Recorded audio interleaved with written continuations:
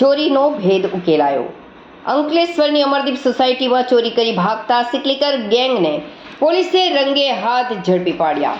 ગણતરીના કલાકોમાં સુરત વડોદરાથી અંકલેશ્વર સિકલીગર ગેંગના માસ્ટર માઇન્ડ જોડે ચોરીને અંજામ આપતા ચોર ઝડપાયા. વડોદરાના અનેક ગુનાઓમાં સંડોવાયેલ રીઢા ચોર પણ જબ્બે.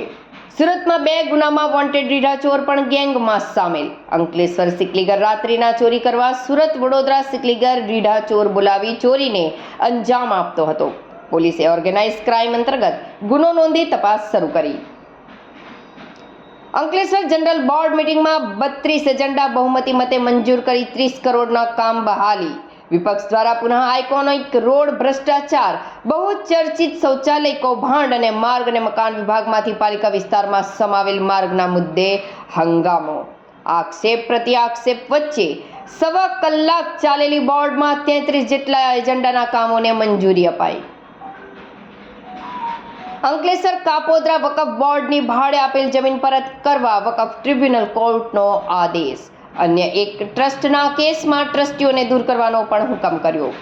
મદ્રેસા તાલીમુલ ઇસ્લામ ટ્રસ્ટ કાપોદ્રા બી 556માં આવેલ સર્વે નંબર 205/અ પૈકીની 41,205 ફૂટ જમીન બિનઅધિકૃત રીતે ભાડે આપી હતી.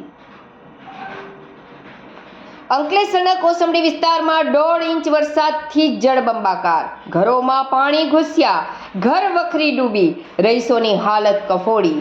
સિદ્ધિવિનાયક સોસાયટીમાં પૂર જેવા દ્રશ્યો. કોસંબડી નીચાણવાળી સિદ્ધિવિનાયક સોસાયટીમાં ચોમાસા દરમિયાન અન્ય વિસ્તારમાં પાણી ભરાવાથી સ્ફોટક સ્થિતિ સર્જાઈ.